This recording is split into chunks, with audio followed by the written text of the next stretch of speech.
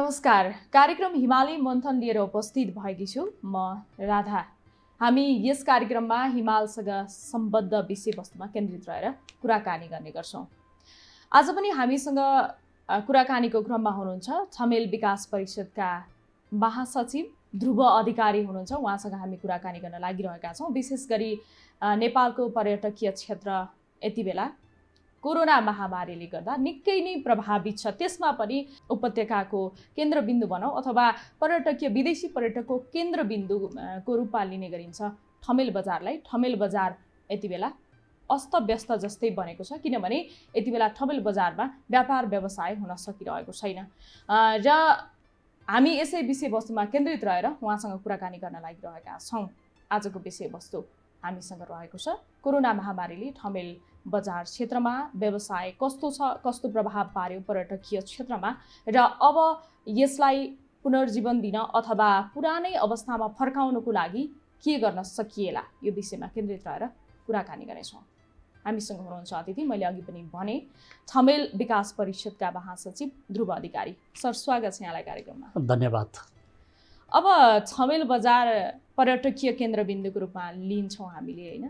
हजुर। पर्यटकीय केन्द्रबिन्दुको रूपमा रहेको ठमेल यति बेला ठप्प जस्तै बन्यो। कोरोना महामारीले पर्यटकीय क्षेत्र निकै प्रभावित बन्यो, थिलथिलो बन्यो। त्यसमा पनि ठमेल अझ बढी प्रभावित भयो, होइन? यसले कस्तो असर गरिरहेको छ? कोभिड-19ले विश्वभरि नै फैलिरहेको अवस्थाले जुन हामी नेपाल र नेपाली पनि अछुतो रहन सकेनौँ, र त्यसमा पनि हामी टुरिज्म सेक्टरको व्यापारीहरू र ठमेलका मेन ठमेललाई टुरिज्म सेक्टर भनिन्छ, र यसमा पर्न गएको प्रभावहरू र घाटाहरू, यसमा ठुलो घाटा परेको छ। र जुन ठमेलमा हामीले जुन यो कोरोना भाइरस कोभिड-19 आउँदै गर्दाखेरि जुन भिजिट नेपाल 2020लाई हामीले फोकस गरेर नेपाल सरकारले आह्वान गरे अनुसार हामीले ठुलो लगानी गरेर हामीले एउटा फेस्टिभलको रूपमा मनाइरहेका थियौँ र हामीले तयारीहरू गरिरहेका थियौँ। तत्कालीन बेलामा कोभिड-19 आयो र यसमा हामीहरूको ठुलो क्षति भएको छ। यकिनको साथ यति नै चाहिँ भन्न सकिँदैन, हामीहरूको इन टोटलमा 40 अर्बभन्दा बढी घाटा पर्न गएको छ। र अहिले ठमेल सुनसान छ। ठमेलमा आउने भनेको पर्यटन हो, विदेशी पाहुना हो, र यसमा अहिले हामीहरू एकदम घाटामा छौँ। तपाईँले भन्नुभयो 40 अर्बभन्दा बढी चाहिँ घाटा लाग्यो ठमेल बजार बन्द हुँदा। त्यहाँबाट मात्रै त यति धेरै घाटा लाग्यो, समग्र पर्यटन नै प्रभावित बनेको छ। अब यसरी हेर्दाखेरि राज्यले त निकै धेरै घाटा बेहोर्नु पर्यो नि, होइन? समग्र पर्यटकीय हिसाबले हेर्दाखेरि, पर्यटन हिसाबले हेर्दाखेरि यसको एमाउन्ट ठुलो आउँछ, र ठमेलमा एराउन्ड त्यति छ। र पर्यटन क्षेत्र भन्नाले हामीहरूले चितवनको सौरालाई लिन सकिन्छ, लुम्बिनीको क्षेत्रलाई लिन सकिन्छ, जस्तै रारातालको छेउछाउमा भएका होटेलहरूदेखि लिएर पर्वतारोहण गर्ने ठाउँ, ट्रेकिङ एरियाकोहरू हुन्छ, त्यो तथ्याङ्क आउनै बाँकी छ। विश्व नै अर्थतन्त्रको हिसाबले डाउन भइरहेको बेलामा र हामीहरू पनि एकदम कमजोरी भइरहेको बेलामा नेपालको अर्थतन्त्र र रेस्टुरेन्टमा खाना आउनेहरू मानिसहरू अहिले लगभग हुँदैन। त्यही भएको कारणले र अनि फेरि कोरोना पनि सकिसकेको छैन, र अहिले हामीले ठमेलको क्षेत्रलाई लिएर हेर्ने हो भने हामीहरू एउटा नेपाल सरकारले आह्वान गरेको अनुसार अहिले हामी सरसफाइमा लागेका छौँ र हामी अगाडि बढिरहेका छौँ, र अब केही हुन्छ कि भन्ने आशामा छौँ। कतिको चाहिँ अब पुरानै अवस्थामा फर्केला भनेर हामीले आशा गर्न सक्छौँ? किनभने तपाईँले अघि पनि जोड्नुभयो, अहिले होटलहरू खोले पनि पर्यटकहरू विदेशबाट आउने, अब मेन त ठमेल बजार भनेपछि पर्यटकीय विदेशी पर्यटकहरूको एरिया भनेर नि चिनिन्छ विशेष गरी, होइन? यहाँको आन्तरिक पर्यटक भन्दा पनि विदेशी पर्यटक आउने चान्स नै छैन अहिले यो समयमा। होटल खोले पनि व्यवसाय चल्ने त स्थिति देखिँदैन। यसमा अब कति समय लाग्छ भन्दा नि, अब यो कोरोनाको भ्याक्सिन कहिले निस्किन्छ र यो कोरोना पहिला कोभिड-19 कहिले सिद्धिन्छ भन्ने मेन कुरा हुन्छ। त्यो नभएसम्म हाम्रो टुरिज्म सेक्टर पनि त्यति अगाडि बढिँदैन र नेपाल सरकारले आह्वान गरिसक्नु भएको छ र अहिले अब छिटै इन्टरनेसनल प्लेनहरू पनि आउने उमा छ, क्रममा छ र हामी आशावादी छौँ फेरि नेपालमा फेरि ठमेलमा राम्रो व्यापार हुनेछ र विश्वकै अर्थतन्त्रले गर्दाखेरि यो केही समय लाग्छ नै र ठमेलमा फेरि क्लाइन्ट्सहरूको चलायमान हुन्छ र यसो हेर्दाखेरि लगभग 1 देखि 1.5 वर्ष जति चाहिँ पहिलाको स्थितिमा आउनलाई टाइम लाग्छ। अझै 1-1.5 वर्ष भनेको त निकै लामो समय हो होइन? त्यसले त व्यवसायलाई त निकै धराशायी पारेछ नि होइन? हजुर। अब पर्यटकीय क्षेत्रमा काम गर्ने मजदुरहरू भनौँ, पर्यटन क्षेत्रमा काम गर्ने पर्यटन मजदुरहरू यति बेला निकै समस्यामा छन्। त्यो क्षेत्रमा ठमेल क्षेत्रमा काम गर्ने जुन मजदुरहरू छन् उनीहरू पनि एकदम धेरै मारमा परेका हुनान्। कति छन् त्यस्ता व्यक्तिहरू, उनीहरू कस्तो समस्यामा छन्? ठमेलमा हामी प्रत्यक्ष अप्रत्यक्ष टुरिज्म सेक्टरमा काम गर्ने मानिसहरू झन्डै 10 लाख छन् र अहिले हामी 10 लाख मध्येमा लगभग सबै नै बेरोजगारी नै जस्तो हो र हामीले आशा गरेका छौँ नेपाल सरकारले यस बारेमा केही प्याकेज ल्याइयोस्, केही सहुलियत होस् र ठमेलमा हामीलाई जुन आपत्ति परेको बेलामा घर हाउस ओनरहरू र एउटा व्यापारीहरूको बिचमा एकदम सुमधुर एउटा साइनो जुन एउटा नाताले टिकाउने काम भइरहेको छ, जुन एकदम राहत भइरहेको छ र अब हामीहरूको जब लेस भएका मजदुरहरूलाई अब हामीले 100मा 100% फेरि काममा ल्याउन सक्छौँ भन्ने चाहिँ यो अलिकता गलत हुन्छ र अब खुलिहालेको खण्डमा र चलायमान भएको खण्डमा हामीले 40 to 60% हाम्रो कामदारहरूलाई फेरि हामीले ल्याएर फेरि हामीले काम दिन सक्छौँ। अहिले तत्कालको अवस्थामा चलायमान भएको खण्डमा अब त्यहाँ व्यवसाय गर्ने व्यवसायीहरू त धेरै नै हुनुहुन्छ होइन? व्यवसाय नै विस्थापित हुने अथवा व्यवसायीहरू नै विस्थापित हुने अवस्था चाहिँ कतिको देख्नुहुन्छ तपाईँ? अब किनभने फेरि पनि व्यवसाय सञ्चालन गर्दाखेरि व्यवसायले राम्रोसँग सञ्चालन नहोला कि भन्ने एउटा डर पनि छ व्यवसायीहरूमा। हजुर, यो त्यहाँ भएका र हामी व्यापारीहरूको सबैमा मनमा लागेको कुरा हो। तर यो आपतकालीन बेलामा यो काइन्ड्स अफ एक्सिडेन्ट भनौँ भयो भन्दैमा हामी अत्तालिएर त्यहाँबाट भाग्नु नै सबै समस्याको समाधान होइन जस्तो मलाई लाग्छ र केही मात्रामा नयाँ व्यापारीहरू साथीभाइहरूले अग्रजहरूले छोड्नु भएको होला, तर ठमेलको विकल्प नभएको हुनाले फेरि पनि छोडेको ठाउँमा नयाँ व्यापारीहरू आउने र ठमेललाई पहिलेकै चलायमान बनाउने जस्तो लाग्छ। अनि जस्तो बाहिरबाट अरू व्यापारीहरू जो व्यापार गर्न चाहन्छु भन्ने अरू मान्छेहरू जान चाहनुहुन्छ नि, उहाँहरूले चाहिँ गर्न नपाउने, अनि जस्तो पहिल्यैदेखि गर्दै आउनुभएको व्यवसायीहरूले मात्रै चाहिँ मतलब त्यहाँ व्यवसायलाई कन्टिन्यू गर्ने, अरू नयाँ व्यवसायीलाई चाहिँ त्यहाँ कुनै पनि अवसर नदिने अथवा उहाँहरूलाई व्यवसाय गर्नको लागि त्यो अवसर नै सिर्जना नगर्ने भन्ने एक खालको गुनासो पनि बाहिर सुनिन्छ। त्यो होइन र त्यो गलत समाचार हो। अब ठमेल क्षेत्रलाई पुरानै अवस्थामा फर्काउनको लागि चाहिँ के गर्न सकिएला र अब विदेशी पर्यटकहरू त अहिले आउँदैनन्, आन्तरिक पर्यटकहरू त्यहाँ जान डराउँछन् किनभने अलिकति एक्सपेन्सिभ छ होइन? अरू क्षेत्रमा भन्दाखेरि ठमेल जाने भनिसकेपछि मान्छे अलिकति अब हामी नेपालीहरू नै त्यहाँ जाने भनिसकेपछि छुट्टै मानसिकता हुन्छ। त्यो हिसाबले आन्तरिक पर्यटकलाई आकर्षण गर्नको लागि अथवा आन्तरिक पर्यटन प्रवर्धन गर्नको लागि ठमेल क्षेत्रमा आन्तरिक पर्यटक भित्राउनको लागि जुन विदेशीहरू त्यहाँ जाने बस्ने खाने गर्छन् त्यसै गरी नेपालीलाई पनि लैजानको लागि के गर्न सकिन्छ अथवा त्यो विषयमा तपाईँहरूले सोच्नु भएको छ कि छैन? धन्यवाद यो क्वेसन राखिदिनु भएकोमा। मनको कुरा मलाई पनि खुल्दुरी भइरहन्थ्यो। तपाईँको यो एउटा भरमा हो ठमेल महँगो छ, ठमेल गलत छ भन्ने। तपाईँको त्यहाँ धेरै थरीका रेस्टुरेन्टहरू छ। ठमेल भएको हुनाले त्यहाँ एउटा सस्तो रेस्टुरेन्टदेखि लिएर 5 स्टार क्याटेगोरीको रेस्टुरेन्टहरू छ र हामीले आन्तरिक टुरिस्टहरूको कुरा गर्दै गर्दाखेरि त्यहाँ नगएका मानिसहरू नेपालीहरूले ठमेल भन्ने बित्तिकै टुरिस्टको लागि मात्रै हो कि भन्ने र महँगो छ कि भन्नेहरू हुन्छ। अब जस्तै झम्सीखेल, दरबामाक, लाजिनपाटको एरिया भन्दा ठमेल सस्ता रेस्टुरेन्टहरू पनि धेरै छन्, त्यहाँ क्याटेगोरी छ र महँगा रेस्टुरेन्ट पनि छन्। तर मान्छेको मानसिकता चाहिँ अब कस्तो छ भनेदेखि जस्तो म नै जानु पर्यो भनेदेखि पनि ठमेल जाने भनिसकेपछि त्यो छुट्टै एक खालको मानसिकता आउँछ कि ठमेल क्षेत्र जाने भनेपछि अलिकति महँगी हुन्छ। विदेशीहरू मात्रै त्यहाँनिर बढी आउने बस्ने खाने गर्छन्, विदेशीहरूको नै एरिया जस्तो भइसक्यो ठमेल बजार। त्यो अनेस्टली हो, ठमेल भन्ने बित्तिकै विदेशी भन्ने एउटा हाम्रो समाजमा परेको छ। ठमेल भनेको विदेशीको लागि मात्रै पनि होइन, यो सबैको लागि हो। हामी आन्तरिक पर्यटनलाई वेलकम गर्छौँ ठमेलमा र भन्न चाहन्छौँ एकचोटि आएर हेर्नुहोस्।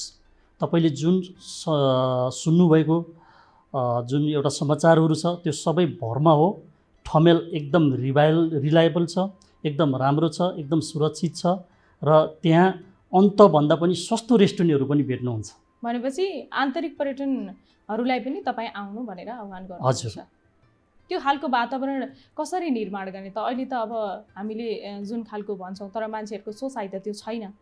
ठमेल बजार जाने भनेपछि मतलब तपाईँहरूले प्रचार प्रसार गर्ने हो कि आन्तरिक पर्यटन प्रवर्धनको लागि अथवा आन्तरिक पर्यटकहरू आउनुपर्छ है ठमेल भनेर चाहिँ तपाईँहरूले अब कसरी काम गर्नुहुन्छ? यसलाई म यही टेलिभिजन मार्फत पनि भन्न चाहन्छु, तपाईँ एकचोटि ठमेल आइदिनुहोस्, तपाईँ ठमेलभन्दा अन्त जानै हुन्न।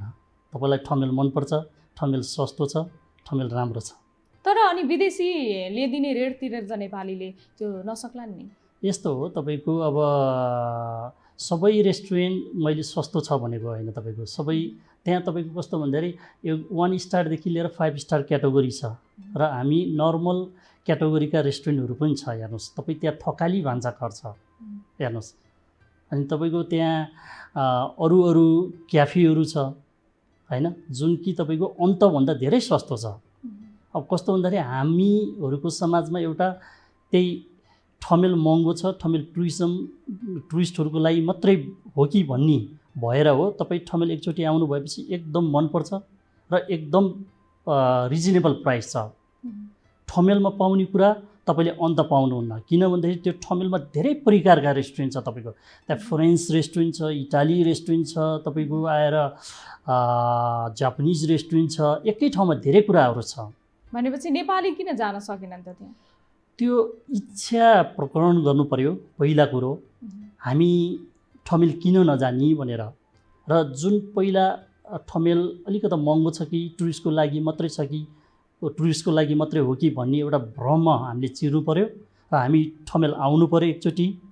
जुन तपाईँ आउन चाहनुहुन्छ, तपाईँ आउटिङ गर्नुहुन्छ, तपाईँको ब्रेकफास्ट गर्नुहुन्छ, आउटिङ तपाईँ लन्च गर्नुहुन्छ, डिनर जानुहुन्छ, फ्यामिलीसँग जानुहुन्छ भने तपाईँको ठमेल एकदम राम्रो छ। हामी त र म यही टेलिभिजनबाट के भन्न चाहन्छु भन्दाखेरि, र म लामो समय जापान पनि बिताएर आएको भएर, म बसेर आएको भएर तपाईँको त्यहाँ तपाईँको पर्यटन भनेको टुरिस्ट एकदम कम हुन्छ। तपाईँको आर्थिक तपाईँको त्यहीँकै जनताहरूबाट चलायमान हुन्छ।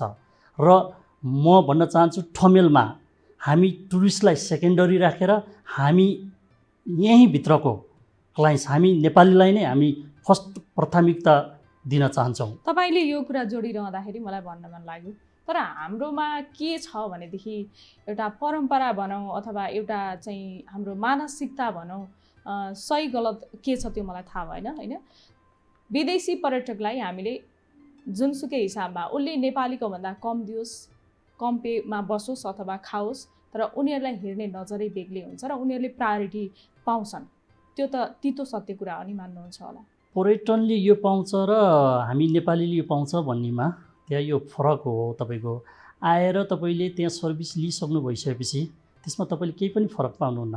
हामी व्यापारीहरूको एउटा होटल व्यवसायी, एउटा रेस्टुरेन्ट व्यवसायी, एउटा सुभिनियर पसलको ओनरको हिसाबले हामीहरूको लागि बाहिरी पर्यटक र भित्रको पर्यटक हाम्रो लागि एउटै हो। हामी समानता गर्छौँ। हामी नेपाली क्लाइन्ट्स आइदिनु भएको खण्डमा त हामी झन् उहाँहरूलाई प्रेजेन्ट पनि दिएर हामी डिस्काउन्ट दिएर पठाउँछौँ। नेपालीहरू नेपालभित्रै घुम्ने बस्ने खाने रमाउने धेरै छन् नि त कुराहरू होइन, तर हजुर। नेपालीहरू चाहिँ विदेश जान्छन् घुम्न र उनीहरूलाई चाहिँ यहीँ बस्ने वातावरण अथवा यहीँ घुम्ने खाने बस्ने रमाउने त्यो वातावरण सिर्जना गर्न चाहिँ हामी सक्दैनौँ। विदेशीहरू चाहिँ आउँछन्, उनीहरू चाहिँ नेपाल घुम्छन् होइन, र नेपालीहरू चाहिँ के गर्छन् भने विदेश जान्छन्। उनीहरू खर्च गर्नै नसक्ने स्थिति हो भने त उनीहरू बाहिर जान सक्दैनन् र त्यस्ता पर्यटकहरूलाई नेपालमै राख्न के गर्न सकिन्छ? उनीहरूलाई चाहिँ मतलब नेपालीहरूलाई चाहिँ यहीँ पर्यटन प्रवर्धन गर्नको लागि उनीहरूलाई नेपालमै घुम्ने व्यवस्था गर्न अथवा त्यो खालको हामीले उनीहरूलाई मानसिकता उनीहरूलाई त्यो प्रेरित गराउन नसकेको हो कि या हाम्रो मानसिकता नै होइन घुम्न जाने भनेपछि विदेशी जाने भन्ने मात्रै हो कि के हो? यहाँलाई के लाग्छ यो विषयमा चाहिँ? अब नेपाली पर्यटनहरू विदेश घुम्न जाने सवालमा केही वर्षदेखि 8-10 वर्षदेखि अलिक बढिएको छ। उहाँहरूको भिन्दै चाहना होला, त्यो आफ्नै ठाउँमा छ र हामीहरूले एउटा व्यवसाय हिसाब लिएर एउटा नेपाललाई चलायमान बनाउन नेपालको आर्थिक उन्नतिलाई अगाडि बढाउने हो भने नेपाल सरकारले पनि आह्वान गरिरहनु भएको छ। नेपालमा यस्ता राम्रा ठाउँ छ जुन मैले तपाईँको ट्रेकिङ एरियाहरू नेपालको सबै घुमेको छु र नेपालको तराईदेखि लिएर हिमालसम्म पुगेको छु र उहाँहरूलाई म एकचोटि भन्न चाहन्छु, पहिला तपाईँ आफ्नो देशभित्र घुम्नुहोस्। फर इक्जाम्पल तपाईँ राराताल जानुहोस्, तपाईँ सोलुखुम्बु जानुहोस्, तपाईँलाई विदेश घुम्न जानै मन लाग्दैन। तर विदेश हामीसँग नभएका विदेशमा केही कुरा छन्, हामीसँग समुद्र छैन र म पनि एउटा विदेशमा धेरै घुम्न रमाउने व्यक्ति भएको हुनाले र मैले थाइल्यान्डतिर, सिङ्गापुरतिर, युरोपका कुना देशहरूमा मैले त्यहाँ नेपाली भेटिरहेको हुन्छु बेला बेलामा। उहाँहरूको चाहना भने समुद्र हुन्छ जुन हामीहरूसँग छैन र उहाँहरूलाई पनि म भन्न चाहन्छु, उहाँहरू नेपालको भित्र घुम्नु भएको छैन, पहिला नेपाल घुमौँ, नेपाल बनाऊँ अनि त्यसपछि मात्र हामी विदेश जाउँ। अब मैले फेरि यो ठमेल पर्यटकीय क्षेत्रको विषयमै कुरा गर्छु। विदेशीहरू त तत्काल आउन सक्ने स्थिति छैन। हजुर। हामीले व्यवसाय सञ्चालन गरे पनि तत्काल व्यवसाय जुन हिसाबले पहिले थियो त्यो हिसाबले अगाडि बढ्ने अवस्था देखिँदैन।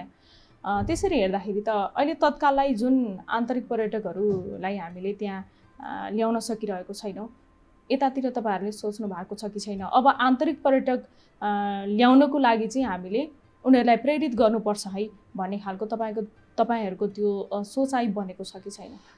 यो हामीहरूमा पहिलेदेखि बनेको कुरा हो र ठमेलमा आन्तरिक पर्यटन आउँदै नआउने भन्ने होइन। ठमेलका बेलुकाको रेस्टुरेन्टहरू, गजलहरू, क्लबहरू तपाईँको प्राय 90% आन्तरिक पर्यटनबाटै चल्ने हो र उहाँहरूलाई हामीले दिउँसोमा पनि आइदिनुहोस् भन्न चाहन्छौँ र ठमेल अन्तभन्दा सेफ छ र तपाईँहरू दिउँसोमा नआउनु भएको मात्रै हो। ठमेलमा हामीले एउटा फ्यामिली वातावरण पनि बनाएको छौँ जुन तपाईँहरूले पहिला के कस्तो सुन्नुभयो त्यो आफ्नै ठाउँमा छ र ठमेल एकदम सेफ छ र आन्तरिक पर्यटकको लागि हामी तपाईँहरूलाई सर्भिस दिनलाई हामी तयार छौँ। अब तपाईँले मैले थोरै परिषदको महासचिव भएको हिसाबले तपाईँको संस्थातिर जुन्न चाहेँ। तपाईँहरूको ठमेल विकास परिषदले चाहिँ के काम गर्छ र अहिलेसम्म कस्तो कस्तो काम गरिरहेको छ त्यस क्षेत्रको पर्यटकीय क्षेत्रको विकासको लागि? अब हाम्रो विकास परिषद, ठमेल विकास परिषद चाहिँ तपाईँको 2047 सालमा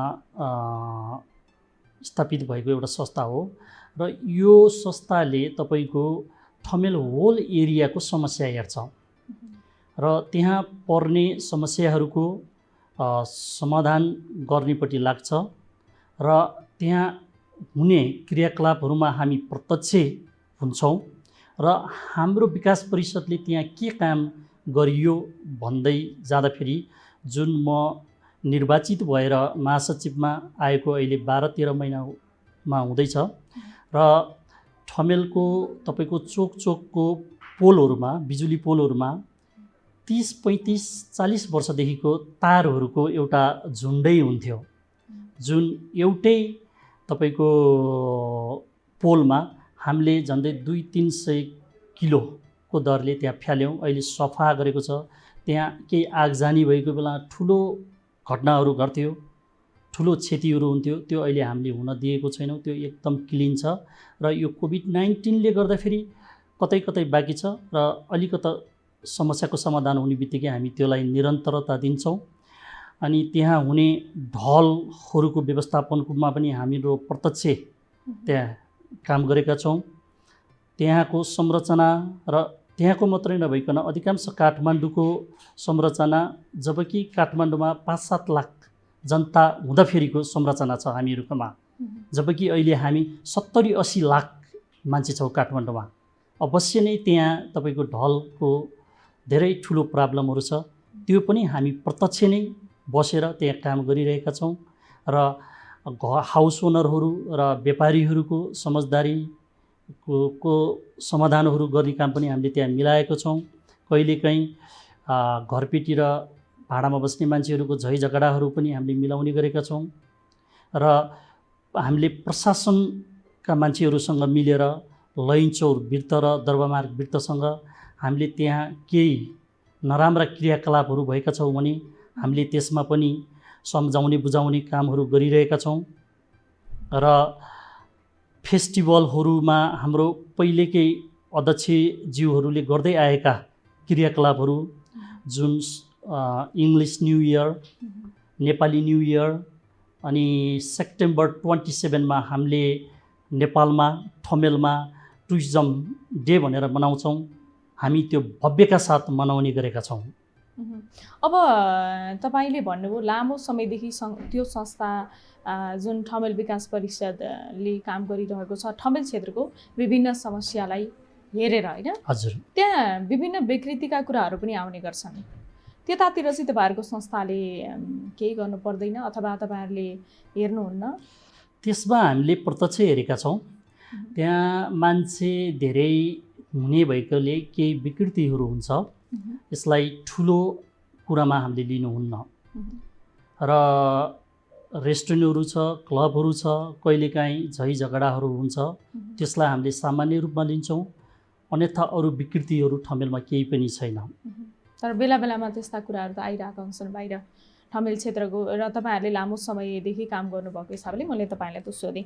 अब ठमेल क्षेत्रमा चाहिँ पुरानै अवस्थामा ल्याउन मैले विशेष गरी किन जोडेँ भनेदेखि विदेशी पर्यटकसँग जोडिएको हो ठमेल, त्यही भएको कारणले मैले यहाँलाई जोड्दैछु। अब विदेशी पर्यटकहरू तत्काल आउने अवस्था लगभग छैन नै, होइन? हजुर। यो अवस्थामा व्यवसायीहरू त प्रत्यक्ष मारमा नै छन्। त्यो सँगसँगै होटल रेस्टुरेन्टमा काम गर्ने कामदारहरू होलान्, होइन? ती कामदारहरूको चाहिँ अवस्था कस्तो छ र तिनीहरूले राहत पाएका छन् कि छैनन्? उनीहरूलाई सरकारले केही गर्नुपर्छ कि पर्दैन? यहाँहरूले केही गर्नुभएको छ कि, या अथवा ती मजदुरहरू जुन होटल रेस्टुरेन्टमा काम गर्ने कामदारहरू छन् उनीहरू कति विस्थापित भए र अब फेरि पुरानै अवस्थामा फर्किने अवस्था कस्तो छ? यस विषयमा हामीहरूले सकेसम्म उहाँहरूलाई चलायमान भएपछि काममा फर्काउने छौँ। हामीहरूलाई चाहिएको मात्रामा र 100मा 100% चाहिँ हामीले राख्न सकिँदैन र उहाँहरूले जुन राहत पाउने सवालमा चाहिँ यसमा नेपाल सरकार प्रत्यक्ष अभिभावक हुनुपर्छ। किन भन्दाखेरि हामी पर्यटन व्यवसायीहरूले प्रत्यक्ष रूपमा सेलरीबाट टिडिएस उहाँहरूको सेलरी जुन आउँछ त्योबाट हामीले ट्याक्स छुट्याएर 1% तिरेका छौँ। सेलरी स्टाफ ट्याक्स तिरेको छौँ। त्योबाट त्यो स्टाफले के पाउने त? त्यो केही पाइरहेको अवस्था छैन।